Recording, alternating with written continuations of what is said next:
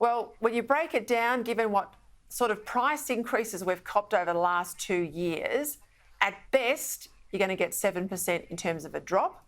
A lot of people won't get anywhere near that, Graham. I think 0.9% was sort of down where most people can expect. For some people, some households, their bills are actually going to increase. Is this what people thought they were getting? Well, good evening, Peter. It's certainly given the government something to attempt to hang its hat on, but it's not as clear as it appears. On face value, you would say that this is going to represent lower electricity bills for some households between sort of $20 to $50 a year.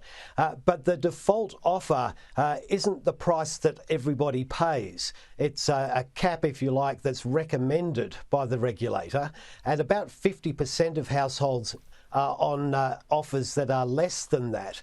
And what we're seeing in the energy market is a squeeze on competition, and that's reflected in this report. So the reality is that we will probably see people having their electricity bills squeezed up towards this default price. So they won't be feeling any reductions there.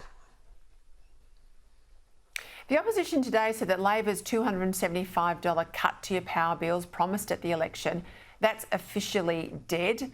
I know they've liked to blame it disappearing on the Ukraine war. I showed some footage at the top of the show, the Prime Minister making that promise long after the Ukraine war had begun. Do you think it's dead as well? I think it's a Herculean task to think that it can be achieved because all the indicators are running in the other direction. The sort of saving of 275 was really something that was picked out of modelling from nowhere.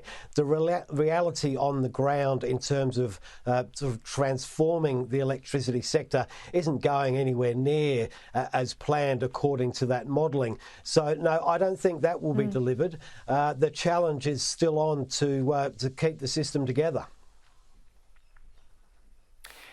I guess the worry for me when you look at this is what we know is coming over the horizon. So now we're about 25% renewables. We're headed for 82% renewables in just 6 years. When we get to 82% renewables, Graham, we're going to have wind farms and solar farms as far as the eye can see, and we've got to get that power they're generating to market, to homes, to consumers. That means all these transmission lines, $100 billion worth of transmission lines.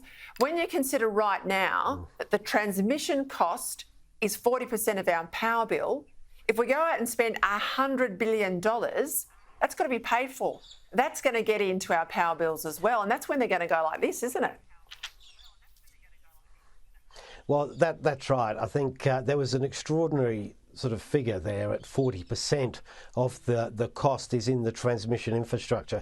And we know that that is where a great deal of money has to be spent. They're regulated assets. They'll get a return on investment, and that has to come from power users or taxpayers.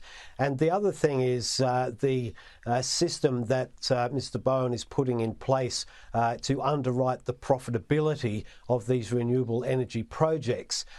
It's really unknown how that is going to play out.